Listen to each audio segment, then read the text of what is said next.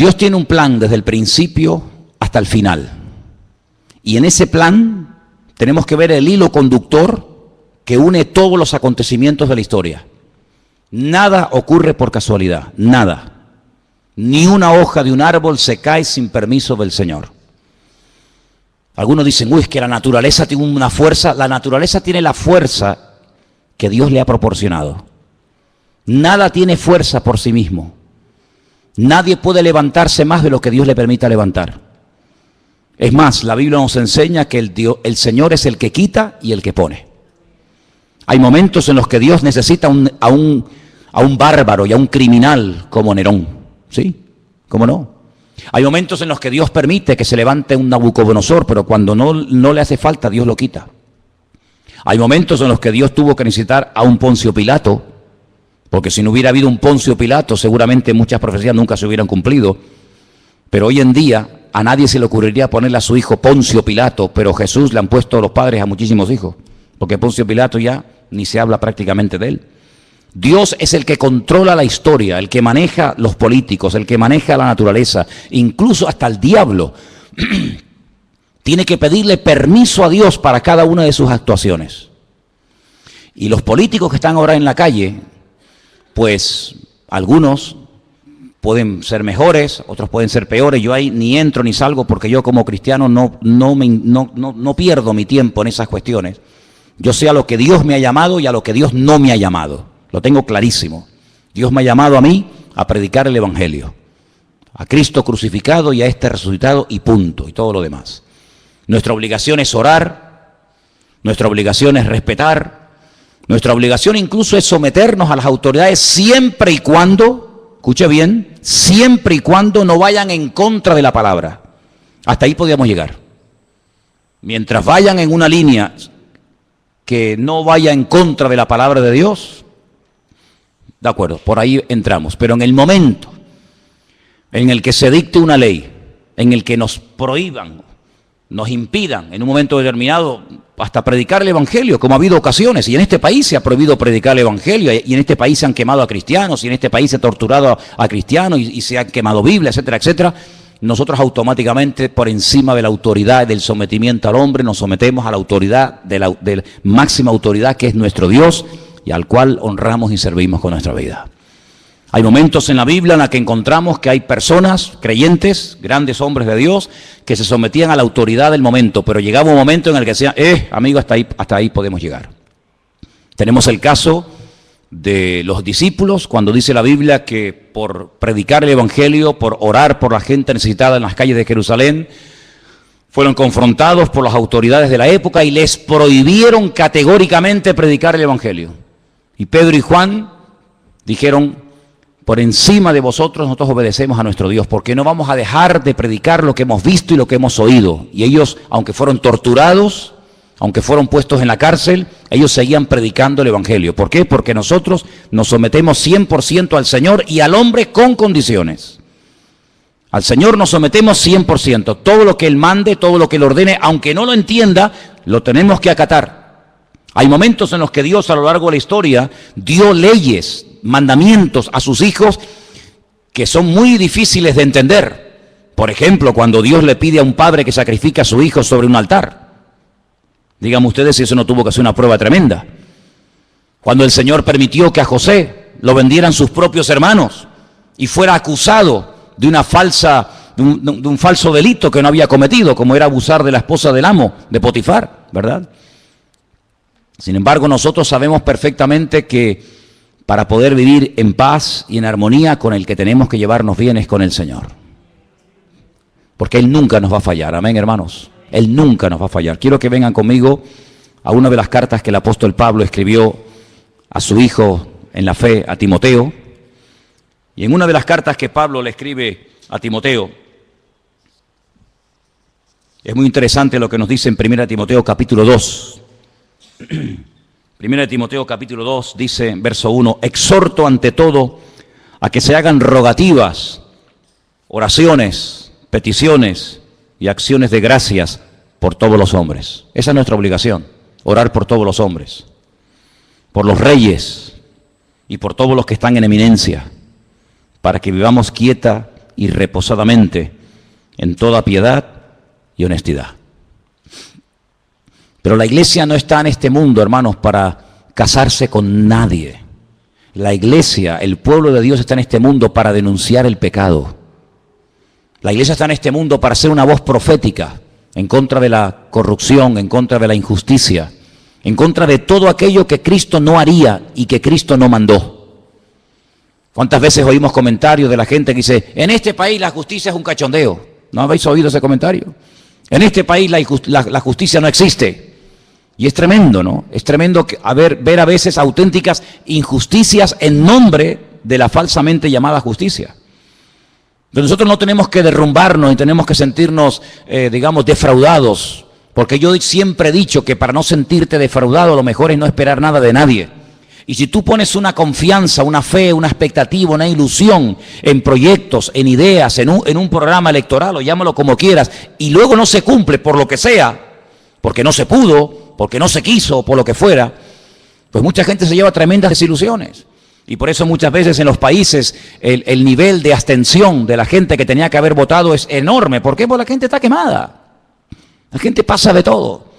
Porque saben que muchas veces por ilusionarse con un proyecto político, con una persona, con un grupo, a la larga pues te puede llevar una desilusión tremenda. Pero nosotros ya hemos aprendido la lección de la historia. Para nosotros esto no es nada nuevo, hermanos. Sabemos en la Biblia que las cosas son tan cambiantes y que en una hora todo puede cambiar y ser completamente diferente.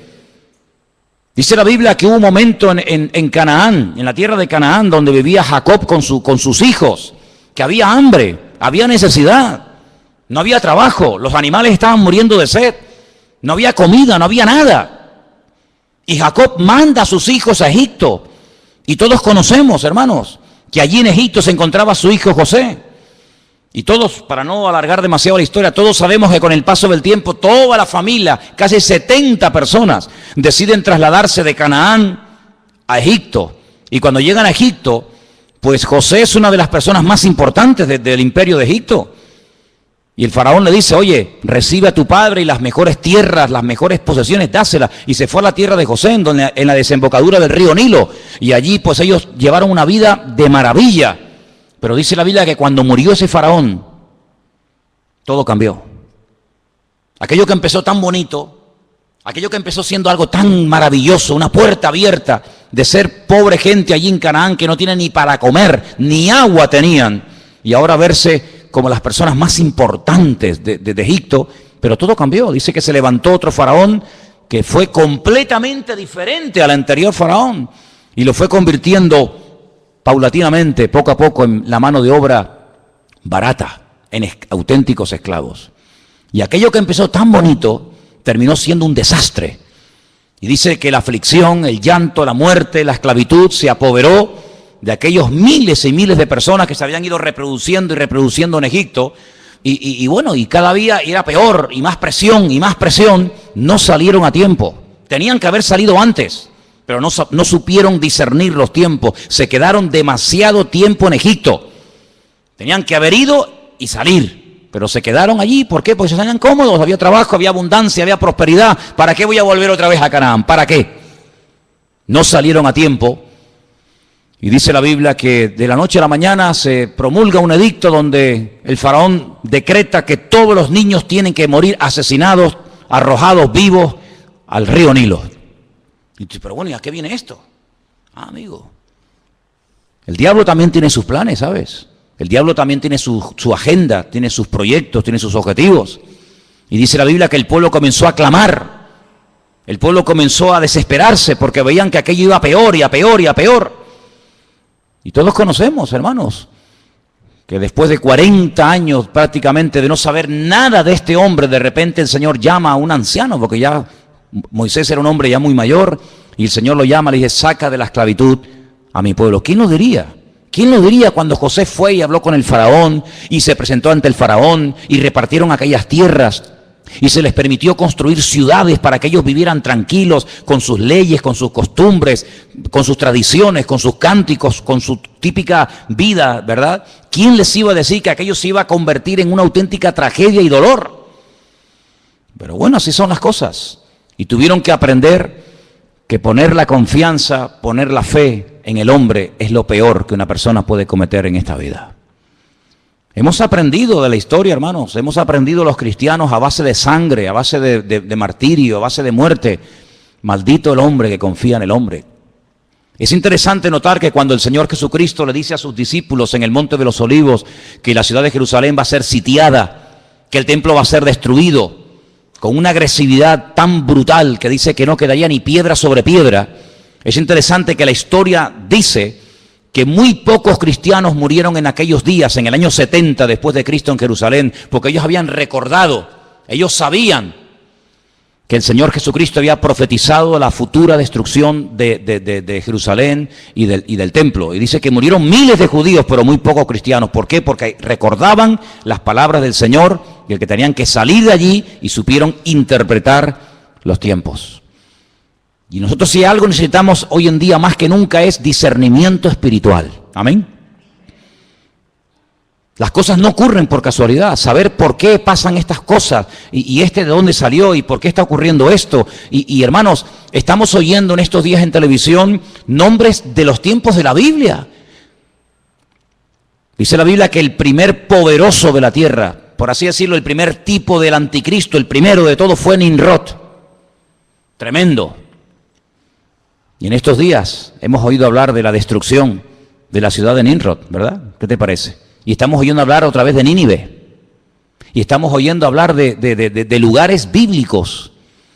Pero es que la palabra de Dios nos enseña que esos sitios quedarían totalmente arrasados y que no quedaría piedra sobre piedra y que esas ciudades serían cueva de hurones y de chacales. Y estamos viendo cómo estas personas entran en ciudades emblemáticas con una cultura y con una trayectoria, con una arqueología y etcétera, y vienen y arrasan con todo, pero eso es casualidad, no. Está escrito en la palabra, hermanos, tenéis que leerlo. Está escrito en la palabra que de esas ciudades no quedaría ni el polvo, ni el recuerdo de esas ciudades. Y estamos viendo cómo se están cumpliendo las palabras del Señor, las profecías de una forma impresionante. Y tenemos que abrir nuestros ojos porque la Biblia dice que el Espíritu estaría hablando a la iglesia continua y permanentemente. Y tenemos que oír lo que dice el Espíritu. Tenemos que saber interpretar lo que está ocurriendo, porque nada, vuelvo a repetir, ocurre por casualidad. Es interesante notar, yo leía en esta semana que cuando le llega la noticia al patriarca Abraham de que dos ciudades muy importantes de la época iban a ser totalmente destruidas y nunca más se volverían a reconstruir, me refiero, como sabéis, a Sodoma y Gomorra, la Biblia nos enseña que Abraham empezó a orar, porque Abraham conocía a Dios. Y Abraham le dice al Señor, Señor, tú vas a destruir en las ciudades al justo y al injusto. Tú no eres así, yo te conozco. Si en esa ciudad hay 50 justos, tú vas a destruir una ciudad habiendo 50 justos en ella. Y el Señor le dice, si yo encuentro 50 justos en la ciudad, no la destruyo. Luego hay como una protección en una ciudad cuando hay un cierto y determinado número de creyentes. El problema es que no había 50. Pero cuando Abraham ve tan determinado al Señor y le dice, bueno, pero es que a lo mejor no hay 50, pero puede haber 45, y va bajando, y a lo mejor hay 40, y a lo mejor hay 35, y a lo mejor hay 30. Pues la conclusión a la que llegó Abraham es que el Señor podía destruir la ciudad porque en esa ciudad no había una protección, una cobertura que protegiera a la ciudad de la ruina. ¿Y sabéis por qué este país no se ha ido totalmente al garete? Por las oraciones del pueblo de Dios. Porque por eso el Señor dice que somos la sal de la tierra y la luz del mundo. Si no fuera por los creyentes, Venezuela ya no existiría, España ya no existiría. Muchas naciones de la tierra donde se han hecho auténticas barbaridades y se siguen haciendo, ya no existirían. Serían pasto de las llamas, serían destruidas por un terremoto, ¿sabe Dios por qué? Pero todavía se mantienen en pie por la misericordia del Señor. Porque allí están los hijos de Dios, clamando de noche y de día. Y hay momentos en los que Dios confronta a los profetas y le dice, yo no quería destruir Jerusalén, pero es que no encontré a un hombre, dice, no encontré ni a uno que hiciera vallado, no encontré ni a uno orando, y como no encontré a uno, pues la destruí. Hay como una protección, hermanos. Es interesante notar que cuando las tribus de Israel en el desierto reciben la orden de ir a tomar posesión de la tierra de Canaán, la Biblia nos enseña que Moisés mandó lo explicamos en su momento, no sé si os acordáis, que mandó a 12 exploradores. Yo expliqué que la palabra espías y la palabra exploradores en la Biblia es completamente diferente. Lamentablemente, cuando en nuestras Biblias en castellano se habla de los 12 que fueron a reconocer la tierra, dice los 12 espías, pero no aparece la palabra espías. Aparece la palabra exploradores. Y permítame que vuelva un poquito atrás. ¿Cuál es la diferencia? Pues es abismal. El espía entra ocultamente, secretamente, no quiere que lo descubran. La misma palabra dice, es un espía. Es lo que mandó Josué a la ciudad de Jericó. Entren tranquilamente, y mandó 2, no mandó ahí a un montón de gente. ¿A dónde entraron? Pues a un sitio muy concurrido por gente, para no levantar sospechas, a una casa de prostitución, donde estaba Rahab, y allí ocultamente estuvieron y se escondieron, iban de espía. Los 12 mal llamados espías no eran así, eran exploradores que iban a reconocer la tierra. Una de las cosas que Moisés le dice, vayan y reconozcan la tierra, si las ciudades están amuralladas o no. Porque si no están amuralladas, esta gente no nos tiene miedo. Pero si ellos en este tiempo que han oído que salimos de Egipto y vamos a entrar en Canaán, si las ciudades ustedes observan que tienen murallas, es que nos tienen miedo. Y ellos contaron que las ciudades tenían murallas que llegaban al cielo como algo negativo, y era todo lo contrario, era algo muy positivo, porque dice la Biblia que Jericó estaba bien cerrada porque tenían miedo a causa de los hijos de Israel. Entonces ustedes vayan, y si ven a toda la gente con las puertas abiertas, las ventanas abiertas, sin murallas, es que no nos tienen miedo, esta gente son terribles. Pero si están dentro de las ciudades y las cierran por la noche, es que nos tienen pánico. Ellos pensaban que era algo negativo. Dice la Biblia que una de las cosas que le dice Moisés, dice, vayan y díganme si en la tierra de Canaán hay árboles. Qué pregunta más tonta, ¿cómo no va a haber árboles en un país? Es normal que por lo menos haya un árbol, ¿no? Pero es que la palabra árbol en la Biblia es sinónimo de hombres. Por eso empezamos el culto cantando el Salmo 1. Bienaventurado el varón que no anduvo en consejo de malos, ni en silla de escarnecedores se ha sentado, sino que en la ley del Señor medita de día y de noche. Será como árbol plantado junto a corrientes de agua. Porque Moisés sabía perfectamente que si en el país de Canaán había árboles, había personas arraigadas, cimentadas en la palabra, Canaán no podía ser tomada. No podía ser destruida, porque el creyente protege el lugar en el que vive. Aunque el vecino no se lo merezca, aunque la autoridad esté corrupta, por el hecho de haber presencia de creyentes, el Señor protege y bendice ese país. Así es. Pero cuando volvieron dijeron, sí, no vimos árboles, no vimos árboles, entonces podemos atacar y destruir el país. ¿Qué te parece? Así que tu presencia, mi presencia, la presencia de todos y cada uno de nosotros, protege a esta nación. Y lo que esta nación necesita realmente es un arrepentimiento genuino delante del Señor. Desde el rey hasta el último que quiere entrar, que hagan una convocatoria y que pidan perdón delante del Señor, porque ninguno de los políticos, ninguno de los que están en estos días hablando en televisión y se entran y salen y nos entrevistan, ninguno menciona la palabra Dios, perdón, arrepentimiento, Biblia, reconciliación, ninguno. ¿Cómo voy a poner mi confianza en un hombre que no habla de Dios para nada? Cambio, pero ¿quién puede producir cambios sino solamente el Señor? Porque los cambios que produce el hombre no me sirven, pero los cambios que produce el Señor permanecen para siempre. ¿Cuántos dicen amén? ¿Cómo podemos hablar de esperanza y de ilusiones y de una nueva expectativa? Pero ¿en base a qué? ¿En base a qué edificamos nuestra fe? ¿En base a qué esperamos algo nuevo? En base a las promesas de Dios. Dice que como las promesas de Dios son sí y amén en Cristo Jesús, nosotros esperamos cielo nuevo y tierra nueva. Pero tenemos la confianza en la base de la palabra de Dios. Pero ninguno menciona a Dios para nada. ¿Y cómo pretenden gobernar sin Dios cuando Él dijo, separados de mí, nada podéis hacer? ¿Cómo pretendemos llevar un país por el buen camino? ¿Cómo pretendemos llevar a la juventud de esta nación por el buen camino? ¿Cómo pretendemos que haya paz, que haya justicia, que haya reconciliación, que haya trabajo, que haya prosperidad sin Dios? Es lo que le dijo Satanás al Señor: si postrado me adorares, te daré todos los reinos de la tierra.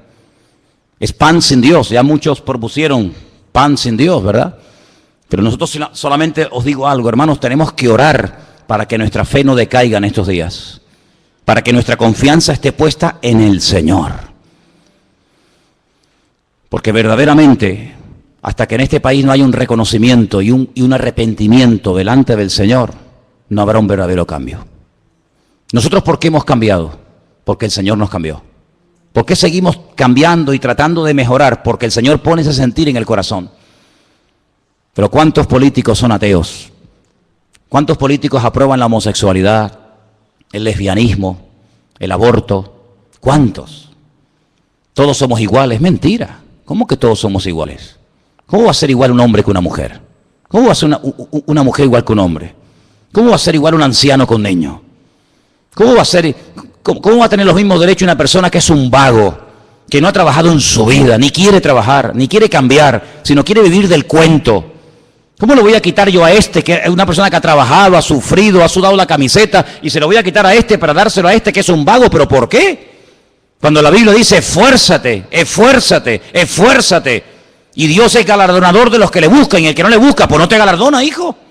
Pedid y recibiréis. ¿Pero por qué recibo? Porque he pedido. ¿Y por qué he hallado? Porque he buscado. ¿Y por qué el Señor me bendice y me prospera? Pues porque hago lo que Él manda en su palabra. Dijo el Señor, ¿queréis ser mis amigos? Claro, pues haced todo lo que yo os digo. Es decir, sin obediencia no puede haber bendición. Querer los panes y los peces, pero no quererlo a Él, es una temeridad y es un insulto al amor de Dios. Y la gente quiere la bendición, la gente quiere los panes y los peces, la gente quiere lo bueno, pero no quieren pagar el precio. Y el precio, ¿saben cuál es? Sometimiento a la ley de Dios. Qué bueno sería que la gente dijera, bueno, nuestro programa electoral, ¿qué proponemos? Lo que propone la Biblia. Ese es nuestro programa electoral. Amaos los unos a los otros, perdón, poner en práctica las leyes económicas, que las leyes económicas de la Biblia son perfectas, perfectas. Se evita la usura, el abuso, la vagancia. ¿No dice la Biblia, el que no quiere trabajar? ¿Qué dice la Biblia? Que no coma. Pero sin embargo, ofrecemos los panes y los peces a cambio de nada. Amados hermanos, estamos viviendo tiempos de cambios, tiempos extraños, tiempos donde ahora hace calor y al día siguiente nieva. Pero ¿cómo es posible que hoy estemos a 32 grados y mañana salga en televisión que en ese lugar donde estaban pasando ayer calor haya nevado y estén con sensación térmica de bajo cero? Lo natural, siempre os he enseñado, es un reflejo de lo espiritual. Y estas cosas raras que estamos viendo en el clima, estas cosas extrañas, países que así son destruidos, como por ejemplo Nepal, con todo mi respeto, ¿qué era Nepal? Un centro de idolatría, un centro de templos paganos donde se adoraba a los monos, las ratas, los piojos, las serpientes, y las montañas que adoraban se les vinieron encima. ¿Qué te parece, amigo? Es que tenemos que ver el trasfondo espiritual de las cosas. No nos alegramos con la muerte de nadie, dice la Biblia. El Señor quiere que todos procedan al arrepentimiento, que todos busquen del Señor. Pero hermano, cuando ocurren ese tipo de tragedias en ciertos y determinados lugares, oye, veamos más allá. Es que se rompió toda la arquitectura. ¿Pero qué arquitectura me estáis hablando? Templo al dios mono, templo al dios rata, templo al dios piojo. Eso tenía que haberse destruido hace siglos. Siglos tenía que haberse destruido, pero no. Tremendo. Países que no han levantado cabeza. Países que siempre han estado y estarán siempre en la miseria más absoluta. ¿Por qué? Porque le han dado las espaldas a Dios. Y los misioneros, lean la historia de la iglesia, y los misioneros que antaño iban a ese lugar a predicar el evangelio, los colgaban, los crucificaban, los empalaban, los quemaban, y así les ha ido. El profeta Jonás fue a Nínive, dijo, de aquí a 40 días, dice el Señor, Nínive será destruida. Y Nínive no fue destruida, ¿sabéis por qué? Porque se arrepintieron. Ya el Señor tenía determinado el castigo, la destrucción, la aniquilación total y absoluta de Nínive. Pero Nínive duró mucho tiempo, porque hubo arrepentimiento. Dice que desde el más grande hasta el más chico se pusieron a orar, a ayunar, pidieron perdón. Esto le molestó mucho a Jonás. Jonás era un predicador muy extraño. La gente se convertía y se enfadaba. La gente pedía perdón y se enfadaba con Dios. O sea, yo lo sabía que se iban a arrepentir y tú los ibas a perdonar. Claro, ¿verdad? Pero ¿qué ha sido de esos países? ¿Qué ha sido de esos lugares donde antaño se predicaba el evangelio? Pues centros de idolatría, de paganismo. ¿Qué es lo que ha traído el Islam al mundo? Miseria. Eso es lo que ha traído el Islam. Miseria, pobrezas, donde 4 viven como reyes y el resto del pueblo ni en la Edad Media. Eso es lo que ha traído el Islam, el Corán. Miseria, pobreza, injusticias, países que no terminan de levantar cabeza. Qué tremendo, ¿verdad? Por eso, amados hermanos, nuestra confianza no está en el hombre. Nuestra confianza está en Dios. Si me preguntan ustedes, ¿y tú qué vas a hacer? Yo no creo en el hombre, en ninguno de ellos, en ninguno. Porque la historia nos ha demostrado a nosotros los cristianos que lo que empieza muy bonito, al final puede terminar convirtiéndose en una auténtica ruina. Y mi expectativa, mi confianza no está puesta en el hombre, mi confianza está puesta en el Señor. Nuestra obligación, ¿cuál es? Orar. Eso sí tenemos que hacer. Orar, porque esa gente sin oración son vulnerables. ¿Se imaginan ustedes un rey? ¿Se imaginan ustedes un presidente de un gobierno? ¿Se imaginan ustedes un gobierno sin la ayuda del Señor? Es una locura, una auténtica temeridad. Y las barbaridades que se han hecho, lo que se ha saqueado, lo que se ha robado, lo que se ha mentido, lo que se ha tapado, ha sido algo realmente tremendo. Y la iglesia tiene que despertar ante la realidad de que a veces hay mucha corrupción y mucha tiniebla porque hay poca luz. Cuando hay poca luz, parece que hay muchas tinieblas. Pero cuando hay luz, las tinieblas se disipan, por pequeñas que sean. Tenemos que comenzar a tomarnos más en serio nuestra relación con Dios. Tenemos que comenzar a orar más por esta nación, para que el Señor verdaderamente ponga su mano y reconozcan que la única forma de llevar a este país a buen puerto es por la ayuda del Señor. Si no es por la ayuda del Señor, todos nosotros veremos con nuestros propios ojos cómo este país nunca levantará cabeza.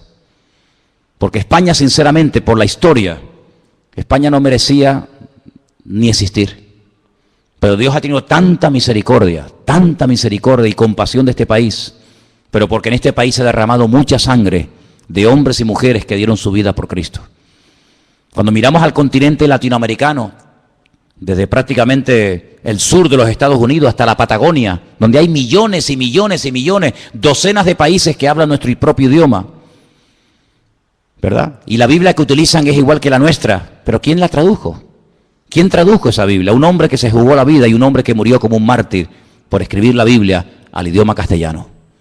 Y los que dieron su vida por introducir la Biblia en nuestro propio idioma para que nos llegara hasta el día de hoy, ni te imaginas. Y Dios ha tenido misericordia de este país, porque millones de personas han llegado a conocer la palabra de Dios, han llegado a servir al Señor, a predicar el Evangelio, a conocer la voluntad de Dios, porque alguien un día les tradujo la Biblia en su propio idioma. Y por eso Dios ha tenido misericordia. Pero si no fuera por esas cosas, realmente no nos mereceríamos absolutamente nada, porque los desastres que hemos hecho en el nombre de Dios han sido terroríficos. Por lo tanto, lo que tenemos que hacer es orar. Señor, pon tu mano. Toma las riendas de este país, Señor. Y ¿saben una cosa? La Biblia dice que cuando nos humillamos, Dios sana la tierra. Dice, si mi pueblo se humillare, invocare mi nombre, yo sanaré la tierra. Ya que no lo quieren hacer los que lo deberían de hacer, hagámoslo nosotros. Oremos al Señor, pidamos perdón al Señor por los pecados, pidamos al Señor misericordia. No nos estemos involucrando en batallas que no son nuestras batallas. Me llama mucho la atención cuando Pablo dice, yo he peleado, sí, pero la buena batalla, No la batalla, no, la buena batalla. Hay batallas que yo no las peleo, no me interesa, no son mi batalla, no son mi guerra. He peleado la buena batalla. Hay batallas que como te metas te matan. Mira Jonatán. Jonatán fue a la batalla, fue a la guerra, pero no tenía que estar allí. Era una guerra perdida de entrada. ¿Por qué? Porque el rey no tenía el respaldo del Señor. Su padre había sido desechado por el Señor. ¿Para qué se tiene que enrolar él en una batalla que le va a costar la vida? Y así fue. Lo mataron a él, a sus hermanos, a su padre, porque se metió en una batalla en la cual Dios no estaba. Y hay gente que se mete en camisas de 11 varas, pero el apóstol Pablo dice, no, yo he peleado la batalla, pero la buena batalla, la batalla de la fe, la batalla del evangelio, y he mantenido la fe, he guardado la fe. Me dejaron solo, no estuvo nadie conmigo en mi primera defensa, pero el Señor estuvo conmigo, dice la Biblia. Y él, hermanos, les recomendaba a los creyentes que dada la presión social y política de la época, dice, oren, rueguen al Señor para que tenga misericordia y para que ponga su mano sobre la vida de todos y cada uno de sus hijos. Y eso es lo que queremos hacer, amén, hermanos. Queremos orar para que no nos dejemos seducir, ni sorprender, ni entusiasmar por las promesas del hombre, sino por las promesas de Dios. Yo le digo a mucha gente y termino, si algunos tuvieran más fe en las promesas de Dios que en las promesas de los hombres, ¿qué tipo de creyente sería más diferente? Hay gente que tiene una fe a pie juntillas en lo que prometen, en lo que dicen, en lo que van a hacer, en lo que no van a hacer. Si tuvieras la misma fe en las promesas del Señor, madre mía, qué maravilla de creyente sería. Sería algo espectacular. Así que, amados hermanos, vamos a orar en esta noche. Cierra tus ojos ahí donde estás. Y vamos a pedirle al Señor que el Señor nos abra los ojos para que nos demos cuenta que el único que promete y cumple es nuestro Dios. Él promete cuidar de nuestros hijos mejor que cualquier educador o político. Él promete cuidar de nuestro presente y de nuestro futuro. Él promete sanar nuestras dolencias y enfermedades. Él promete abrirnos puertas cuando en esta vida todas las puertas por la edad o por lo que sea se nos cierran, pero Él abre puertas a sus hijos. Aleluya. Dice, yo volveré a derramar agua en el desierto. Yo volveré otra vez a hacer una cosa nueva que sorprenderá al mundo entero. Y por eso nuestra fe, que es un tesoro precioso, no la pongas, no la deposites, no la hipoteques en lo que no es de Dios. La fe se te dio para que la usaras para el reino, para ponerla en el Señor, para ponerla en la palabra. Pero ten cuidado, no estés utilizando tu fe para un uso inadecuado, para algo que no tiene nada que ver con el reino y con lo que la palabra de nuestro Dios nos enseña. Nuestra fe tiene que estar puesta en el Señor. Al Señor tu Dios adorarás y a Él solo servirás. Él quiere la exclusividad. El Señor te quiere todo, 100% para Él. Y en esta tarde, Señor, queremos unirnos como iglesia y oramos por España, Señor. Oramos por el futuro de este país. Tú sabes, Señor, lo que este país, esta nación necesita. Tú sabes, Dios mío, las cosas que han ocurrido y que siguen ocurriendo en este país. Te rogamos en el nombre bendito y poderoso de Jesús, que tú tengas misericordia de este país, donde ha proliferado tanta maldad, donde te han dado las espaldas en las universidades, en los colegios, en los parlamentos, en los institutos, en todas partes, no te quieren, Señor. Pero, Señor, te pedimos en el nombre de Jesús que por amor a tu pueblo y por amor a tus hijos, bendice, Señor, sobre todo a tu pueblo que aquí está en este país. Señor, tú sabes, Señor, todos los cambios que se avecinan, tú sabes todas las caras nuevas y personas nuevas en el panorama político que se presentan. Señor, te pedimos en el nombre de Jesús que se haga tu voluntad, Señor. Que se haga tu voluntad, mi Dios. Pero que no nos olvidemos que lo más importante es honrarte y servirte a ti, que es lo que verdaderamente tiene premio y recompensa y galardón, servir al Señor. Que utilicemos nuestro tiempo, nuestros dones, nuestra energía, nuestros recursos para extender el reino de Dios y su justicia. Y que hablemos, Señor, que hablemos en contra de la injusticia, en contra de la muerte, en contra de todo eso, que tu iglesia abra la boca, que seamos valientes y digamos no al pecado, no a la muerte y sí a la vida. Aleluya. Y que verdaderamente te reconozcan a ti, el único Dios vivo y verdadero. Señor, únenos con tu espíritu, Señor. Y que todos y cada uno de nosotros estemos en estos días orando para que el futuro de esta nación, aleluya, tú lo dirijas, Padre, y todo salga conforme al plan y al diseño del Señor. Aleluya. Te damos gracias, Dios mío, porque sabemos que tú eres bueno, que para siempre es tu misericordia y que tú tienes un plan y que todo apunta en una dirección, y es a tu venida, Señor. Tú vienes pronto. Esa es la cruda realidad, que los tiempos se acortan, que tú vienes pronto y tu iglesia tiene que estar velando y orando para que no nos sorprenda las cosas como ladrón en la noche. Bendito sea, Señor. Gracias te damos en esta noche por este privilegio que nos das de entender tu palabra, de tener el mapa, la brújula de tu palabra en nuestras vidas, que ahora más que nunca la leamos, la escudriñemos, porque en ella encontramos la respuesta, Señor. Te lo pedimos todo en esta noche en el bendito nombre de Jesús. Amén y amén. Aleluya.